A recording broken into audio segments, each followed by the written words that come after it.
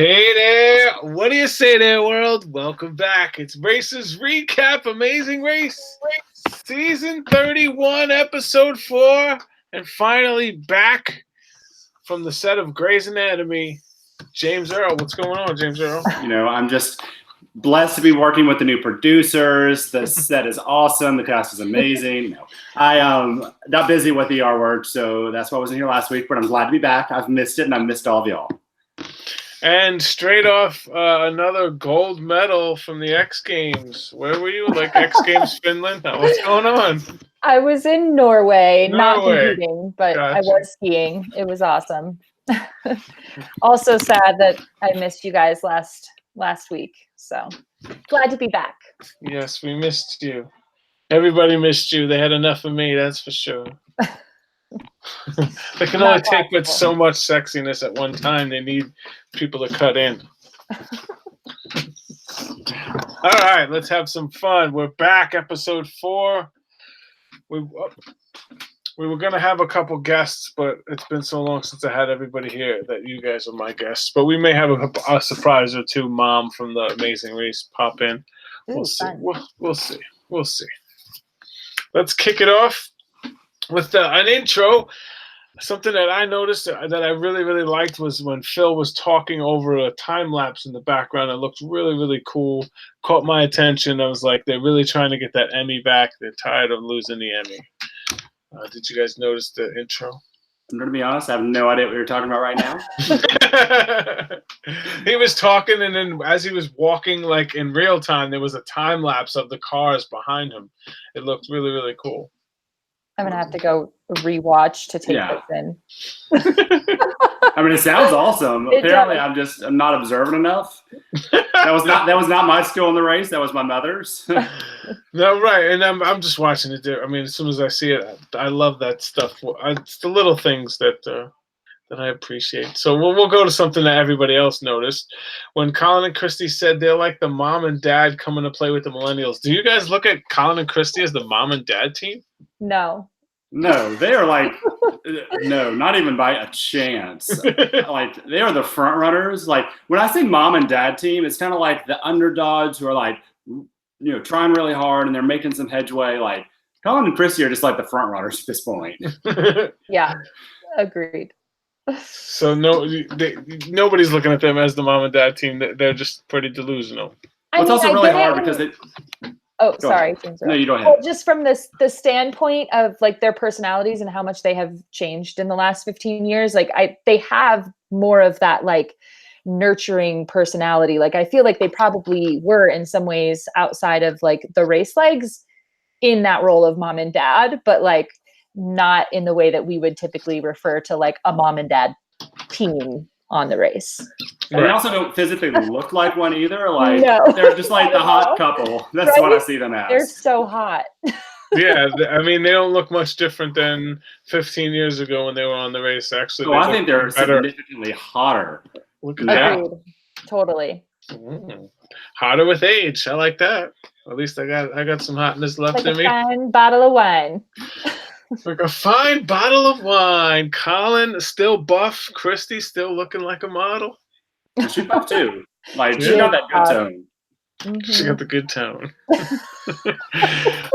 Corinne can't believe that they aren't better than the Big Brother teams, and Eliza wants to know why that they're not better than they are. Why do you think Corinne and Eliza aren't as good as they thought they'd be?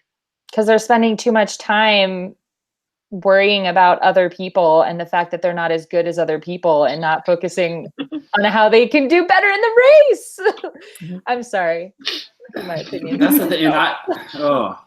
I hate talking bad about people because I know, but like we're starting to get those legs where people are feeling the fatigue and feeling the tired. And I've always said this, you see how a team really is when they're at the back of the pack. Like you see how they respond to the pressure when they're in the very back of the pack. And they crumbled a little bit at the back of the pack. They did. Yeah. That tends to happen. And sometimes you need a little help. You need a little boost and you can overcome it. Other times you can just see that there's nothing that they're going to do that's going to overcome it unless they got like a super strong partner, maybe kick them into gear, but that didn't work out. So, Oh, real quick too, because I want to make sure we're on the same page for the Go for it. overarching theme of this episode. okay. Have y'all heard that there was a head-to-head in this episode that was edited out? We all know this, right? Yes. Okay, I was just making sure we all knew this before we started getting too deep. And I have the order they showed up. I Okay. do too, so we'll compare notes. Oh, look at you. Oh, I like it. don't, but I was confused about some of like when I was looking at the mat during the episode. I was like, something happened that we didn't. Yes, and a lot did happen. A lot happened. We'll get to that at the head-to-head. Yeah. A lot. Fill us in, James Thank Earl. I mean, we can talk about it towards the end of the episode. Yes. It makes sense more towards the end, but like Absolutely. We'll get to it. happened. The head-to-head. There is a bunch of behind-the-scenes stuff that we could talk about, because that's what the Races Recap is. Everybody here, thank you for hanging out with us. All the moms in the room, happy Mother's Day. We appreciate you spending time with us. You're crazy on Mother's Day, but we love it. Yes, happy first Mother's Day for Diana. We love and appreciate all of you. If you guys want to go like, thumbs up, share it, that's all awesome too. All right, let's kick it off with what was the point of this 100-foot sleigh ride? To group teams up. Don't even get me started. We can't even go straight to the sleigh ride yet, because Okay. the lead that Beckett and Floyd had after the last leg, 50 minutes in front of the second place team. Mhm. And getting there, because it happens now. It's just part of the race. They clump everybody up. That's fine. I did notice they kept everybody's start order when they ran into the building. Yeah. Mhm. But you guys, it is such a disadvantage to Beckett and Floyd. They can't retain their taxi for 2 hours while they're waiting for the door to open. So those teams that started way later and were able to like keep their cab. Yeah. Anyway, maybe I'm skipping ahead. I thought about that too. I thought about because there was like, and I'm pretty sure they got there. They started at like 2, so like you're talking 4 hours. So like, there's no way. Right. And the fact that taxis were such an issue after that event, like I'd be pissed. All right. Yeah. So when you're at the back of the pack, it's awesome. You're like, yeah, I love it. Now when you're front of the pack, it's horrendous. So here's a little information about the taxis and why it was so horrendous. They got a little extra notes that said you should only take the following cabs, and then had a list of those companies. Some teams read that as you have to take those cabs. Other teams read it as you should take those cabs. Maybe they recommend, but it's not a necessity. And some teams didn't take the specific cabs that were on the list, and other teams were like waiting for specific companies that they could take that I guess the Amazing Race felt was a lot safer. Interesting. But the wording was you should? Yeah, should. Must. Said you should only take the following cabs. See, I would have read that. I would have read that as I had to use those. I would have too. too. Me I would too. have too. I would have 100%, and I would have taken a chance. Yeah, especially because like I've sat through that penalty, so like I'm not. Yeah. I'm never again. Oh, that's brutal. Nobody got penalized. No penalties for this leg of the race. You know, a few people are bitter about that. I don't know who that affected, but you know, a few people are bitter. There was at least 4 teams that were very upset by the wording of it. Wow. That's just some behind-the-scenes stuff here. The Races Good to Recap. And Brittany took out a polar bear, and everybody went crazy online about it. Dude, can we talk about how hectic that little slide like part was? I really thought someone was So just funny. about to get hurt. Like there was so much happening. Everybody. Oh, sorry. Brittany also shoved over Rachel with her sled when they were grabbing the sled. Yes. Did anyone see this? I did. She pushed. No, it wasn't like an accident. Like she grabbed and pushed. Yep. Yes, a little like Big Brother Alliance, and then next leg pushing her right out of the way, knocking her down. So funny. That was really entertaining for me, the sledding. I enjoyed it, but I like it. And that's when Brett and Chris also show up and have to do a speed bump. They have to get a cooler full of snowballs, which about 25 to 30 snowballs, and then drop them off right where everybody else is picking up the next clue. What do you think about this little speed bump? I mean, it's what a speed bump should be. It should be like put you back 15, maybe 20 minutes, which probably is about the time it took because that person the polar bear was being really picky, but it shouldn't just absolutely destroy you in the leg. So I thought this was one of the appropriate speed bumps. That's fair. That's fair. Yeah, I thought it was. I feel like I disagree with me. It's pretty simple, but it's like, I think the time-wise, and from the way they were describing it, it sounds like the snow wasn't exactly great snowball making snow. So it was a little more time-consuming than I would have thought filling a cooler with snowballs would be. But, right. So, and I would have thought that instead of just handing it to like a polar bear, that they would have to use those snowballs to hit some target or do something with those snowballs. And if they didn't do it with enough snowballs, they had to go back. So it'd be like, just hit a target. That seems brutal for me though. Like one you don't for want 30, it to if you can't go one for 30, you deserve to go back. That's fair. You're fair. I mean, it is a penalty. It's intended to like. It is, but I don't know. I just feel like they shouldn't completely destroy you in the leg because then like what's the point? Like it needs to be like a 15, 20 minute like detriment to you. Yeah. But I mean, more than that, you're talking like roadblock detour time. Yeah. Okay. Yeah. Well, that's why we have everybody here, because everybody can't have the same opinions. Otherwise, they'd just be like, "Gosh, Justin's always right." Oh, is he though? I feel like no one ever has said that in the history of time.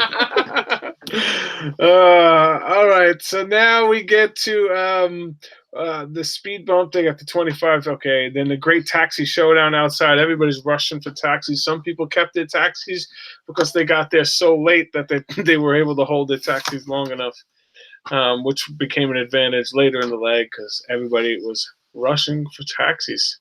Team Fun went and called one. That was the smart move right there. Yeah.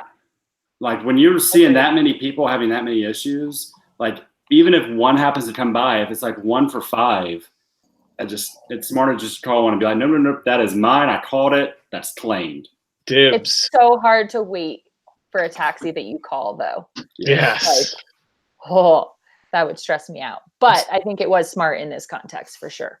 Yeah, absolutely. It's going to be the longest 5 or 10 minutes ever in life that you're just sitting there like just waiting for a taxi and watching cabs go. It's like, help me!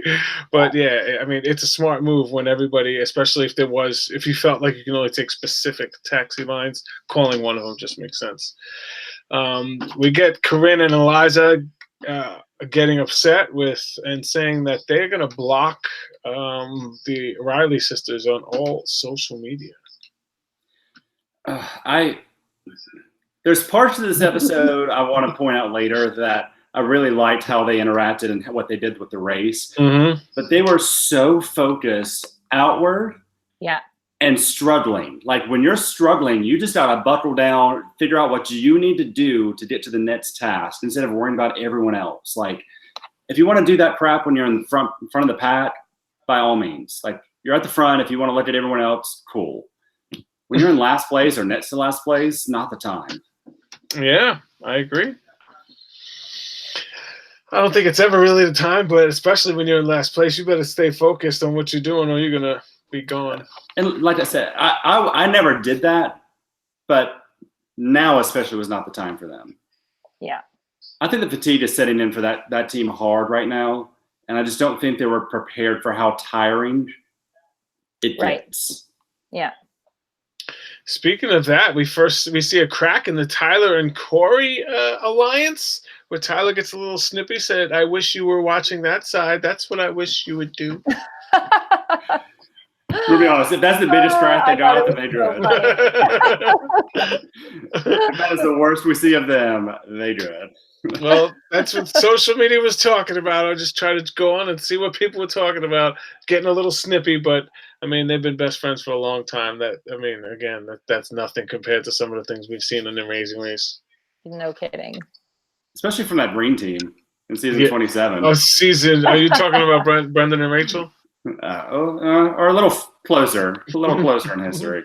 So 100 million people, 100 million motorbikes in Vietnam. What do you think of those numbers? Is that real stats? That's crazy. I mean, I believe it. It looked like it was in India where you just have those little things everywhere. And it's also scary. It's terrifying to see all those things just flipping around everywhere through the street because there is like anarchy in the streets. Yeah, those streets were crazy. And there was another shot with Phil standing in the middle of the street doing a take again. I'm like, they're really trying to get the Emmys back because he's putting his life on the line, standing in the middle of the street in that mess. So I think at one point in time, I don't know when in the episode it was, Becca and Floyd had a moment where that just completely describes what traffic is like there. Like traffic there is you just kind of whittle your way in and just keep moving and it'll be okay. Like that is how traffic was. So when they're crossing the crosswalk and they're like, just keep moving, just don't stop, just keep going, and then make it across, like that is traffic in Asia. Yeah. I loved that moment with them. That was absolutely epic. Like, so their personalities too, to just like do. Yeah. It worked out perfectly for them in that situation. The route info took you to find the scooter, and everybody went to scooter school. The roadblock, you have to pass the scooter test. I drove a scooter for 2 years. This would have been great for me. You guys have any worries about this task? How hard this would be for your teams? I mean, not hard. I rode a motorcycle for 4 years, so like I'm good. Yeah. And Jen, I mean, do you ride mountain bikes? I'm sure this wouldn't be. I ride mountain bike. I mean, both Christy and I ride mountain bikes. She's ridden more motorcycles than me, but I don't think either one of us would have had an issue with that. Yeah, I don't think Diana would have had any difficulties. But behind the scenes stuff, Elise, one of the creators of the show, tried it out and ran into the fence on her first try. Oh, goodness. And she uploaded a video of that. I gotta find I haven't seen that one. Mm-hmm. There's also a video of Phil and Czech Peter playing badminton against a team that we could talk about later when we talk about the head-to-head. All right, so there was a pretty big learning curve. A lot of teams got jumbled up here. One of the people that beasted the challenge was Colin, who just kind of jumped on and did it because he's got some motorbike riding skills. They arrived 7th and left in 4th. I have such a crush on that team. I'm just like, every time I see them on screen, I'm just like in awe. They are one of the favorites. They're one of the most consistent teams. They've gotten a 4th, 3rd, 2nd, and a 1st. So they've finished one in all of the top 4. I'm sure you got all the stats. Well, I do. They're the best average. Like, perfect. So later, yes, people were asking about the stats, and I'm like, listen, our stat guy isn't here. Sorry. I ain't going to steal his glory. It's never fun before like episode 4 to do stats anyway, because there's just not enough legs. Right. Took Alyssa 7 times to get it done. Corinne and Eliza, the biggest issues. They got their 4th, and everybody knows that it took Eliza 10 tries before she can get it there. Now, this is one point where I want to praise how Corinne acted in the situation, because when you're the person not doing the roadblock, it is so hard and it is so frustrating at times that I think she handled this very well. Because like she recognized, like, I'm not going to do this any better. She's trying her hardest. And like she saw that she was having a breakdown. So she told her, like, take a breather, went and consoled her, gave her a hug, and like helped her get over that. So like that's the type of stuff you have to do in the race. Because for this team specifically, I could have seen how it would have been really easy for Corinne to just pop off, and they didn't. I agree. It's one of the times that you saw a softer side of Corinne or an understanding side of Corinne, but she was all about supporting her partner and knowing that her partner needed it. I mean, her partner literally at one point stopped and just wanted to come over so she can get the cry out. You just get the cry out and try again. Sometimes you just need to cry. Listen, I know, okay? Of all the people on this show, I know about crying and just getting it out. Needs to happen. Yeah, what are you gonna do?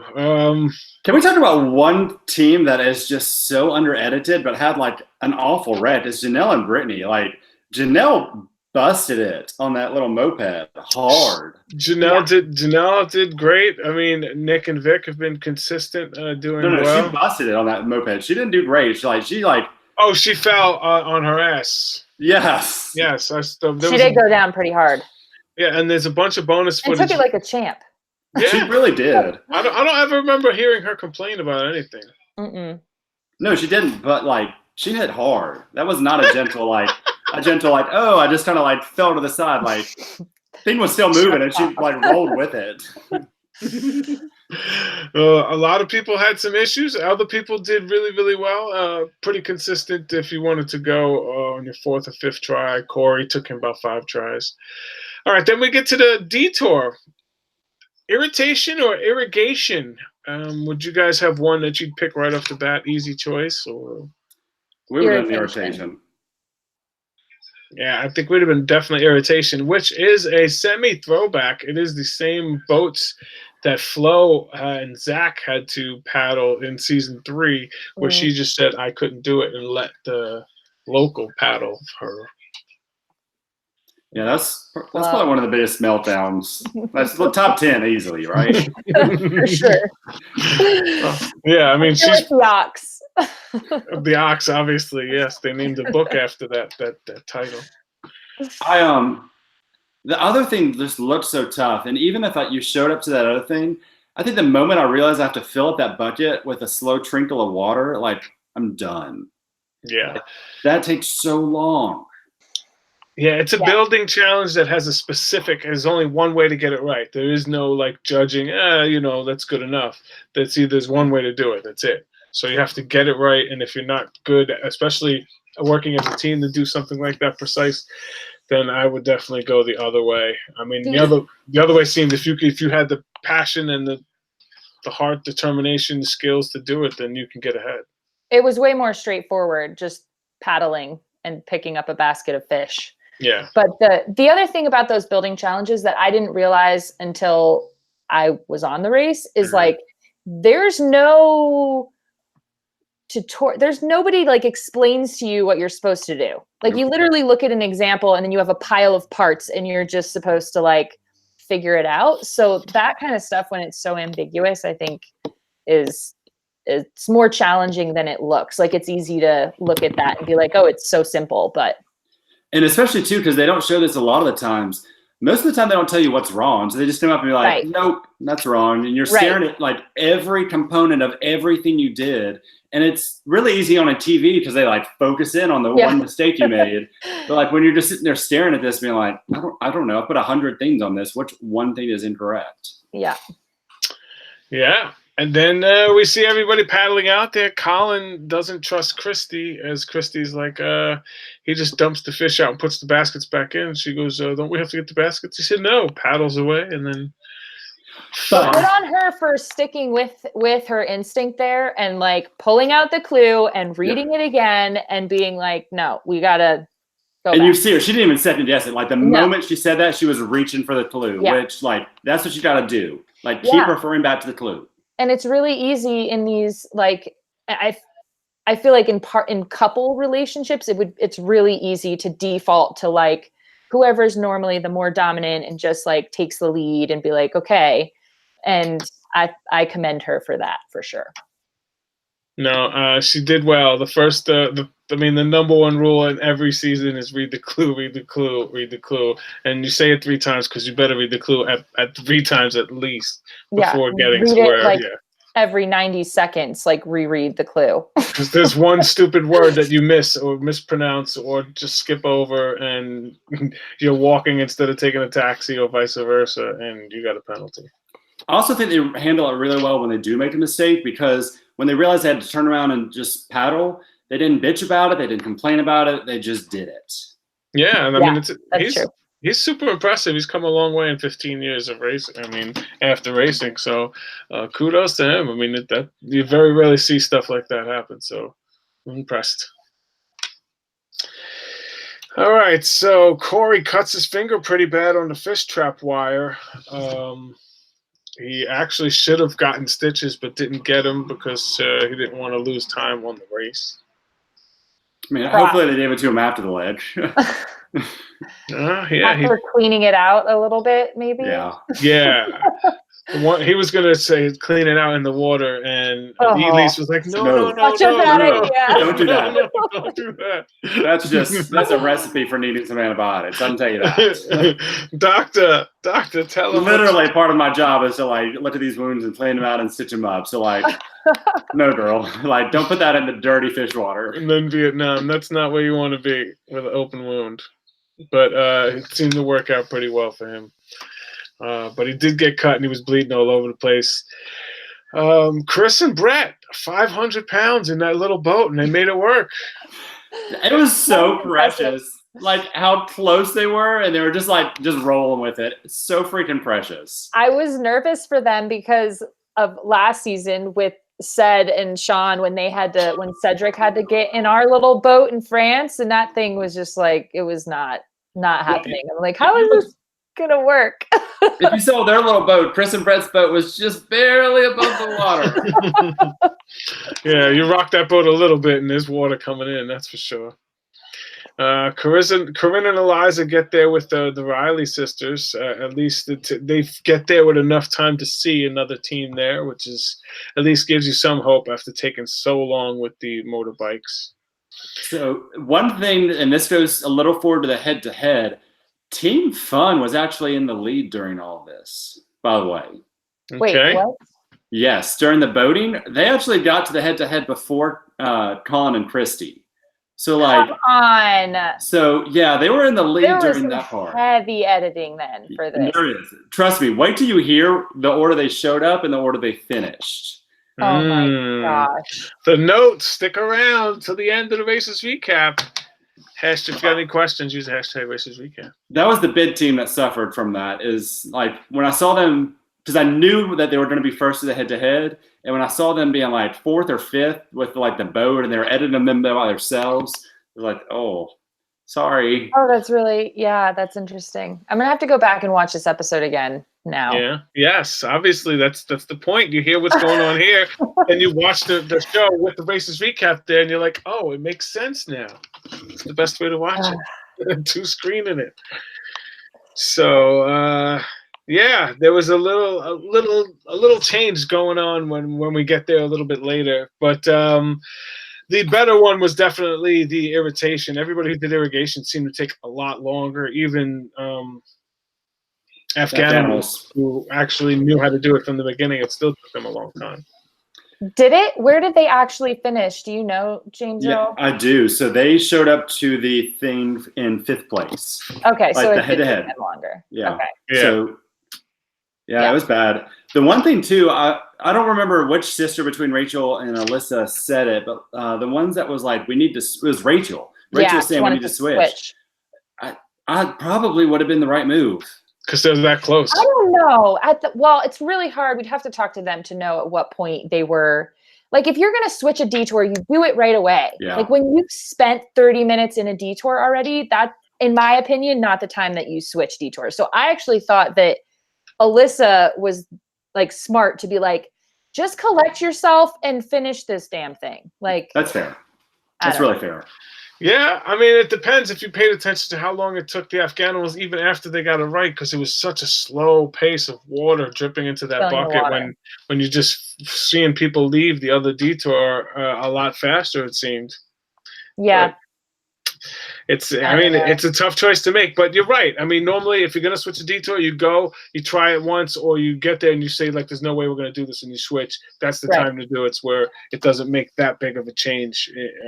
But I don't know, just when you see the teams, like this detour, I'm never a big fan of detours that are right on top of each other for this reason. Like, if I'm at the irrigation and I see people just flying by irrigation and leaving, like, I'm done. I'm out. I'm switching. That's true. But I think that conversation probably should have happened way before sooner than it did. Yeah, I mean, that was us in Brazil. It seemed like people who were doing volleyball were taking a lot less time than people who were doing the puzzle, other than other than you, James Earl. You're already gone. Except people that know the algorithm for solving. There was only one or two people that did the puzzle well, and it was James Earl was one of them. So as he steps away, we'll talk about how bad James Earl's selection was for. Sorry, I'm sorry. I missed all of that because my laptop was about to die. No, I was just messing with you. Oh, all right, so here we go. So Corinne and Eliza capsize their boat. They kind of keep their cool, though, and kind of get the boat back up, and everything pretty much hunky-dory.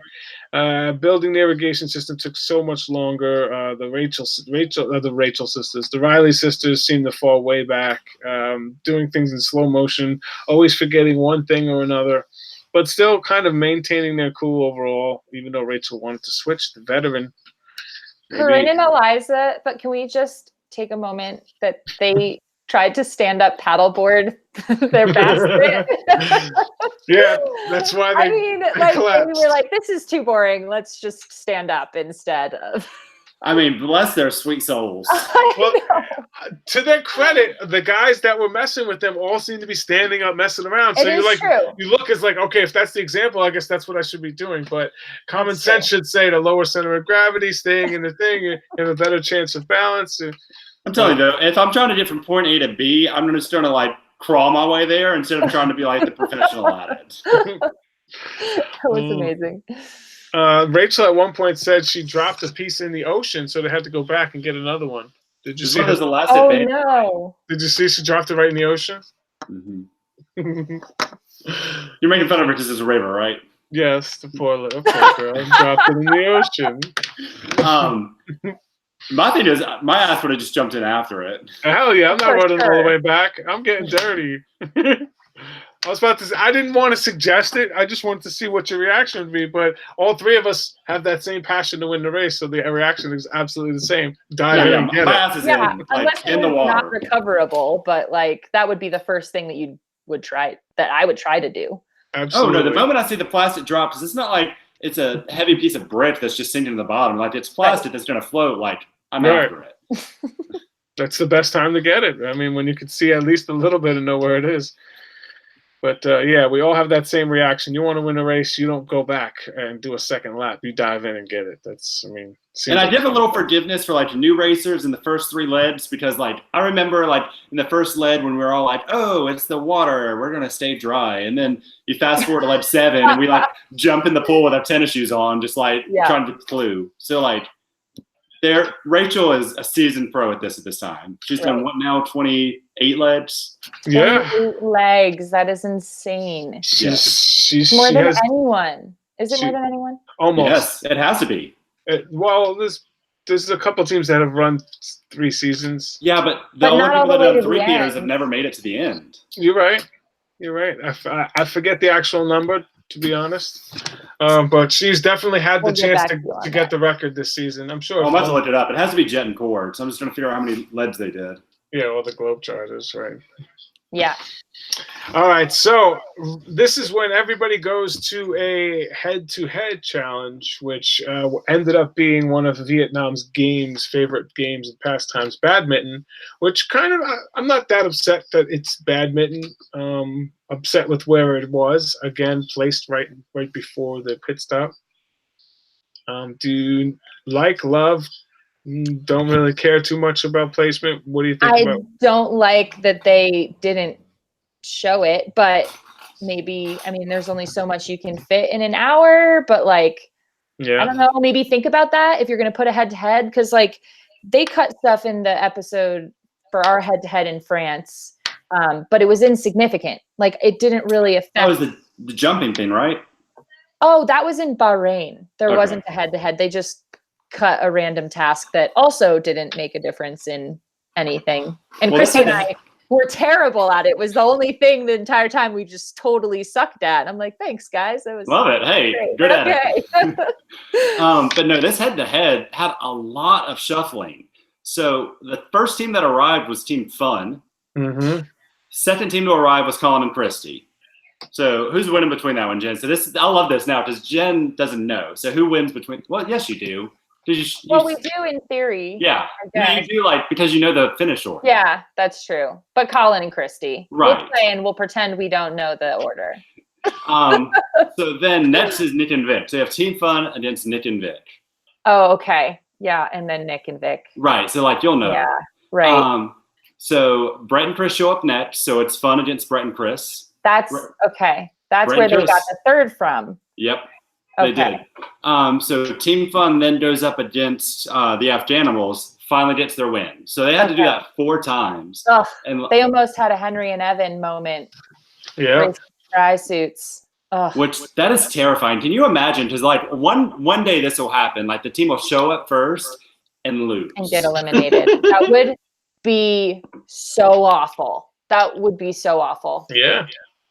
That's why it needs to not be right before the pit stop. Thank you. Yeah, just have it at the beginning of the leg, and then you allow all the other challenges to like for that person, whoever finishes last, to make up the time on it. Like I just like give them a penalty. If you want to do that, give them like a 20-minute penalty. Like they lose and they have to sit there for 20 minutes and then go.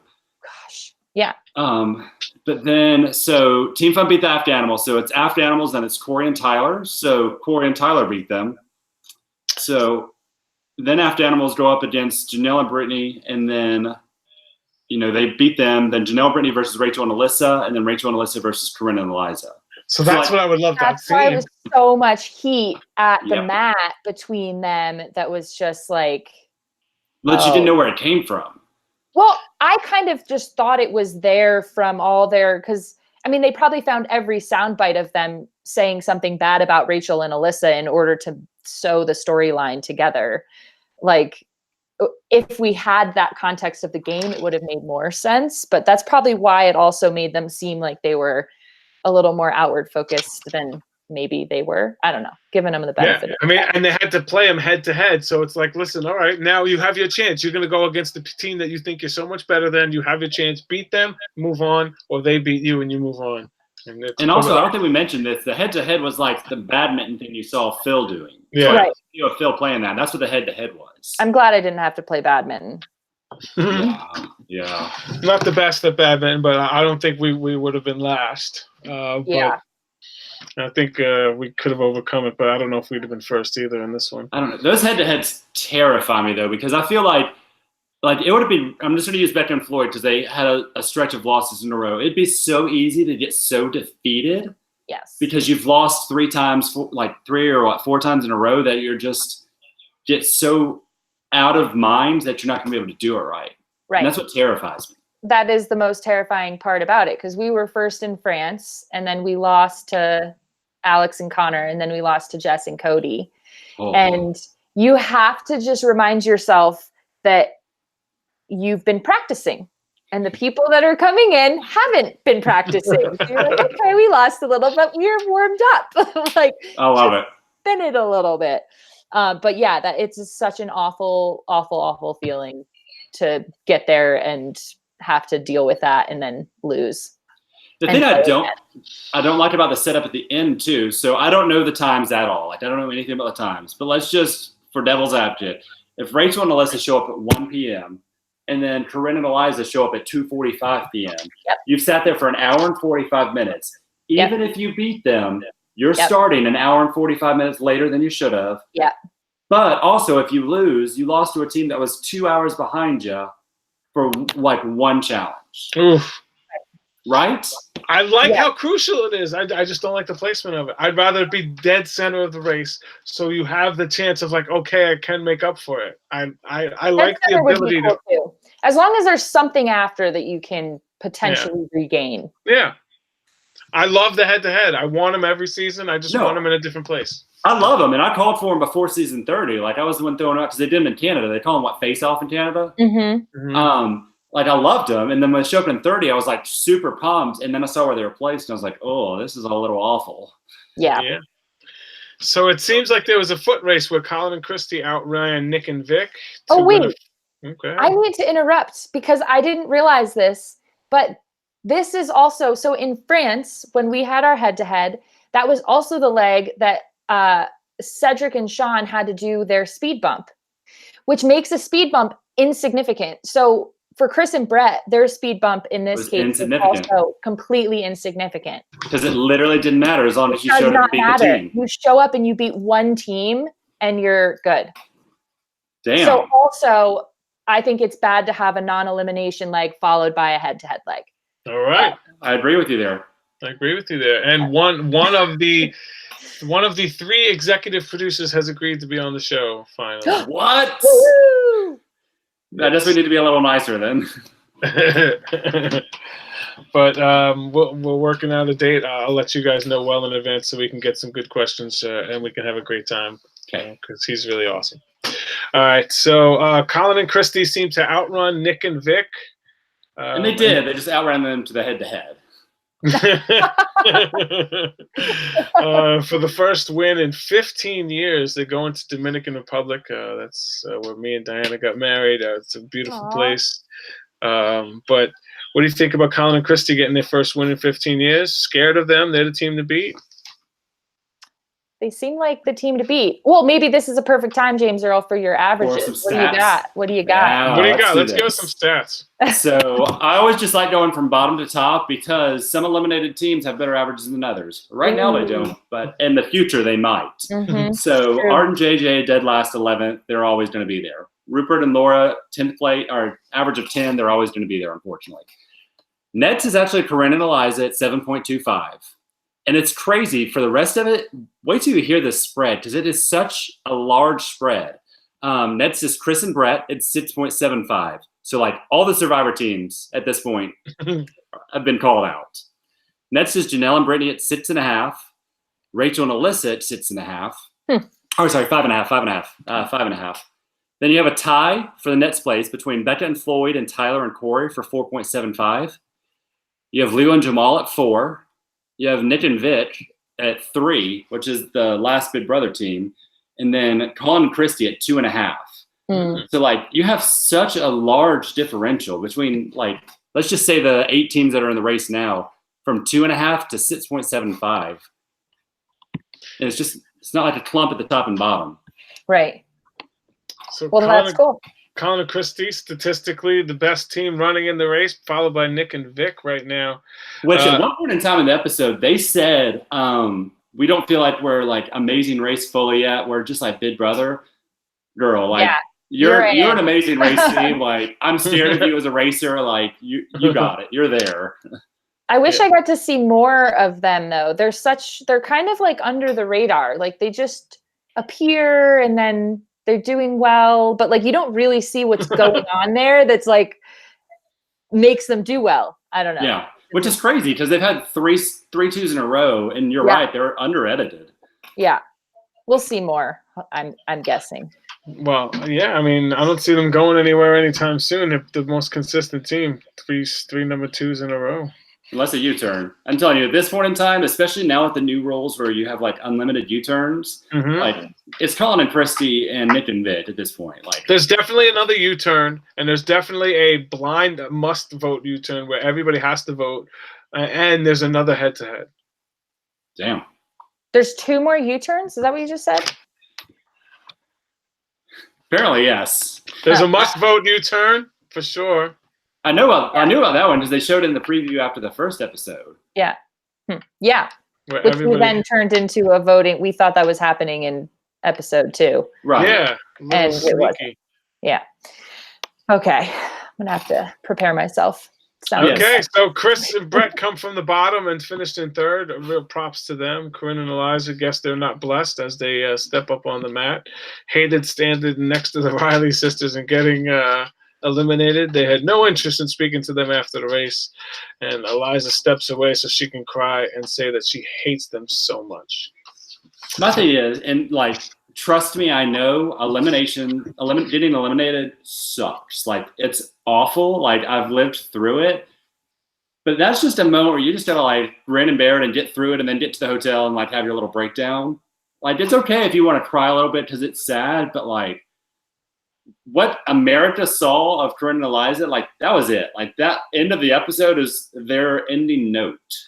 Yeah. Race. Yeah. That's too bad. Yeah, it was pretty tough to watch. But update, if you check their Instagram, they're actually hanging out and they're all friends. They're actually in a big group chat with the whole cast of The Amazing Race, and they keep in touch and visit each other. So they're all still friends. Oh, and they are, and we know that, Justin. Like, let's be honest. Well, I know that, but we have 2,000 people listening to the show. Not all of them know that. We're filling them in. Yeah, but, like, what you see, how people react, it's a game, right? So at the end of the day, this is a game, and every single person in the world has, like, yelled at someone, yelled at a mother, sister, brother, friend during a game. Once the game's over, you're cool. Like, it happens.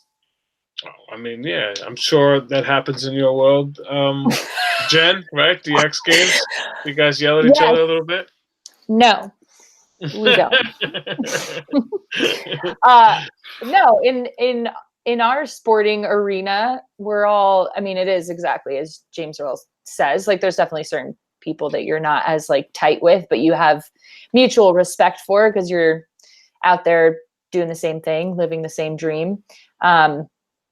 But yeah, I mean, I don't know if that's always the case. So that's it for Team Villain. They're gone. They're gone. They were really entertaining. I'll give them that. Yeah, entertaining. It'll be a different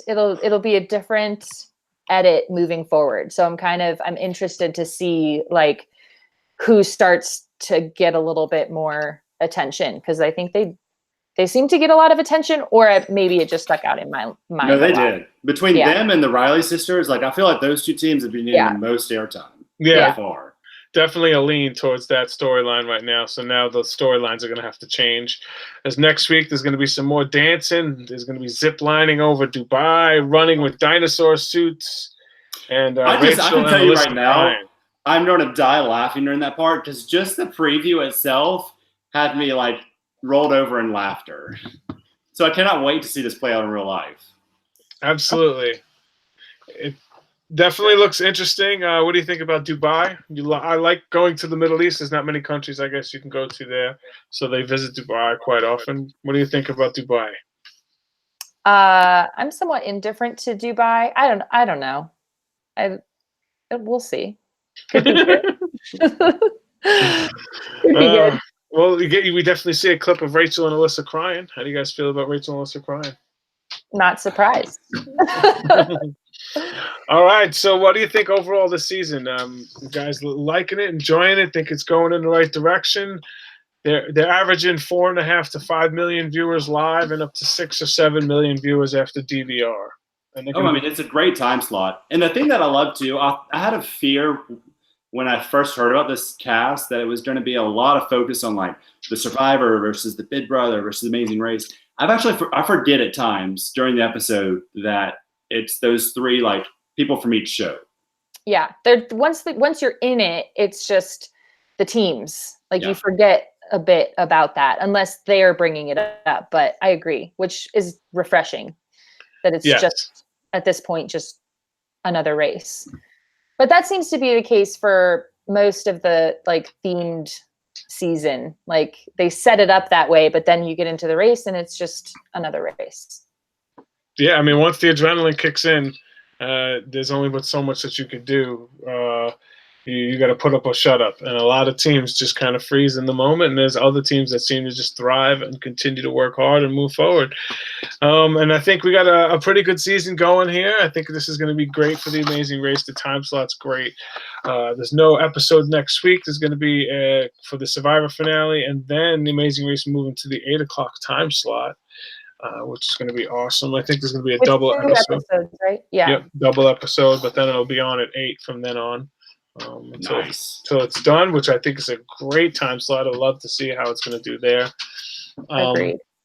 It seems like they're getting really active on their social media. It seems like they're really backing the Amazing Race again. So everybody who supports the Amazing Race, there's such a great fan base. And I'm glad to see it doing well, because it seems like, okay, they already filmed season 32. For those of you who don't know, season 32 is done. It's filmed. But they are casting for 33. They're doing live castings across the country right now. The real question is, when will we see y'all on TV again? Is it 34? Is it 35? I don't know, but Diana can't get pregnant until we get called back, so it better be soon. Christy and I literally have those conversations too, because we're both married and we're both at that like kind of stage of our life. And I'm like, is this concerning that I'm actually like considering timing my delaying the pregnancy? The small chance that I'm not crazy. Diana was upset with me for saying that, but you said exactly what I said, just timing the pregnancy around. Well, the thing is, you can have kids any day. Like, you can have a kid whenever. Like, you can only run the race a certain number of times. All Stars is only going to come around, but so many more times. I mean, come on. And I'm only getting older. I can get you pregnant for the next 15 years. Don't say it like that. That sounds so bad.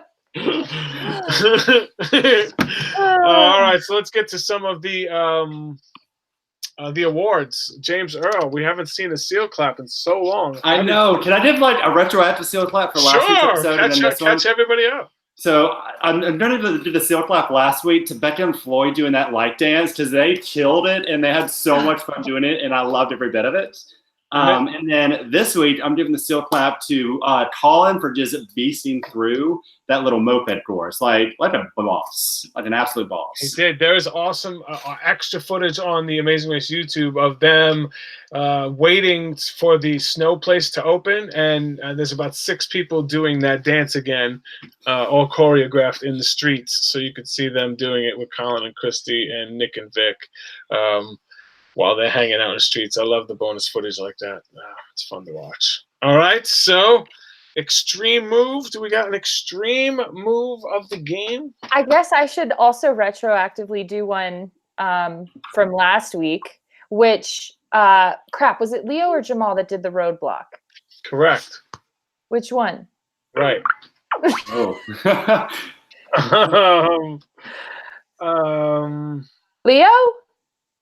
Let's just say Leo. We're going to pretend it was Leo. We'll go with that. Because Jamal did it this week. So it was Leo last week. Yeah. So for just not even practicing and just going straight in to do the karaoke. Yes, 100% Leo. Now that I've said that, 100% Leo. Okay. And then for this week, I made some notes, but I don't know.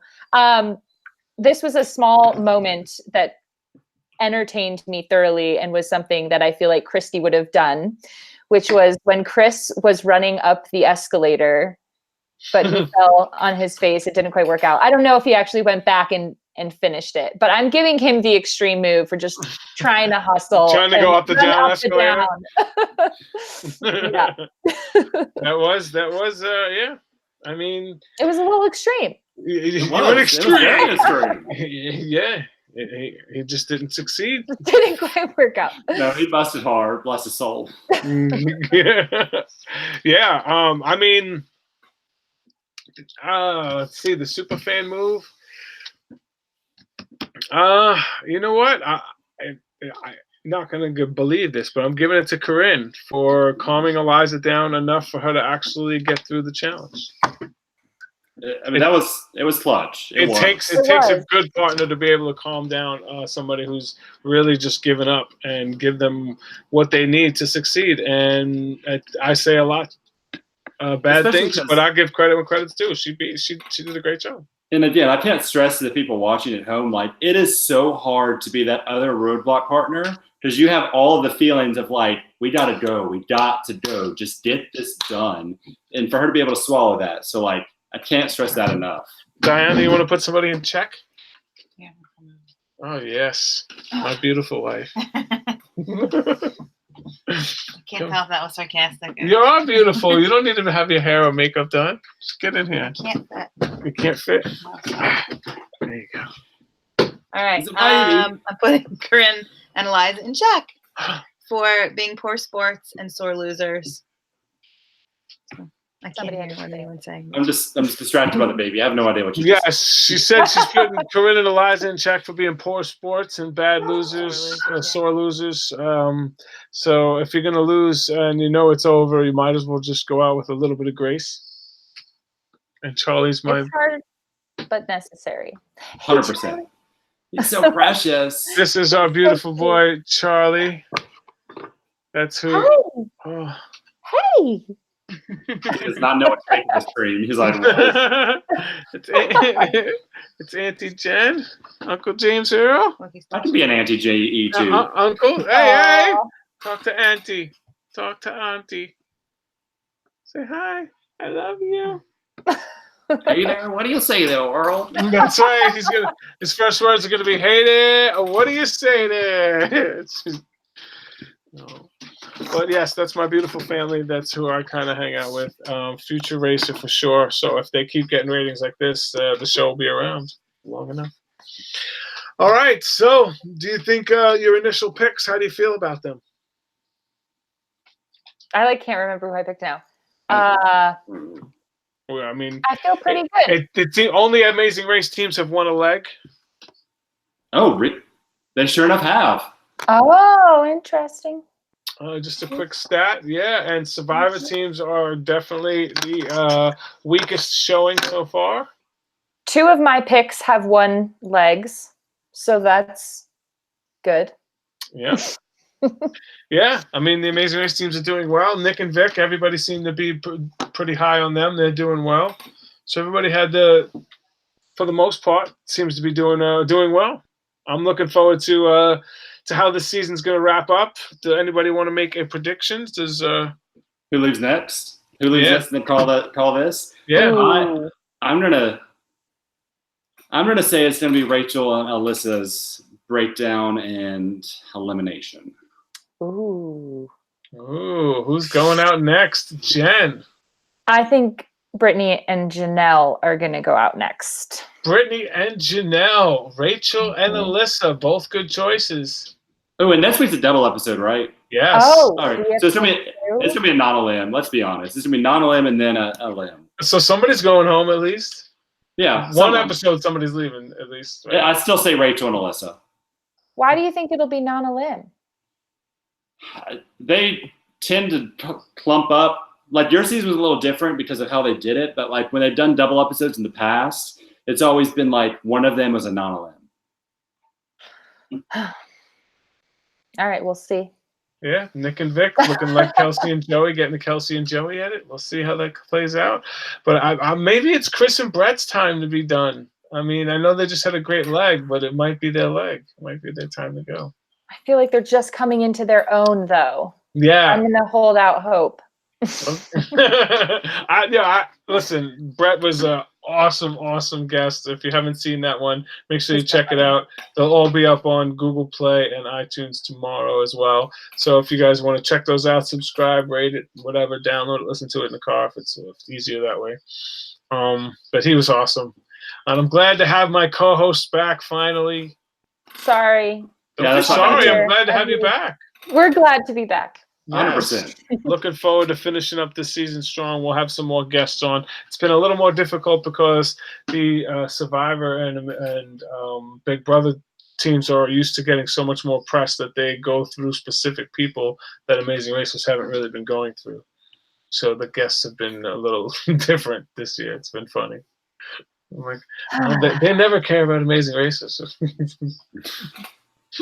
But now, dun, dun, dun, dun. Anyway, Spotify. I'm not sure if it's on Spotify. I'll check tonight. I hosted through Pinecast, and they put it out to all the big places. So I'm not sure if it's on Spotify, to be honest. You guys have anything you'd like to get out? Nope. I'll do it. I don't want to wait another week to watch the next episode. But other than that. Yeah.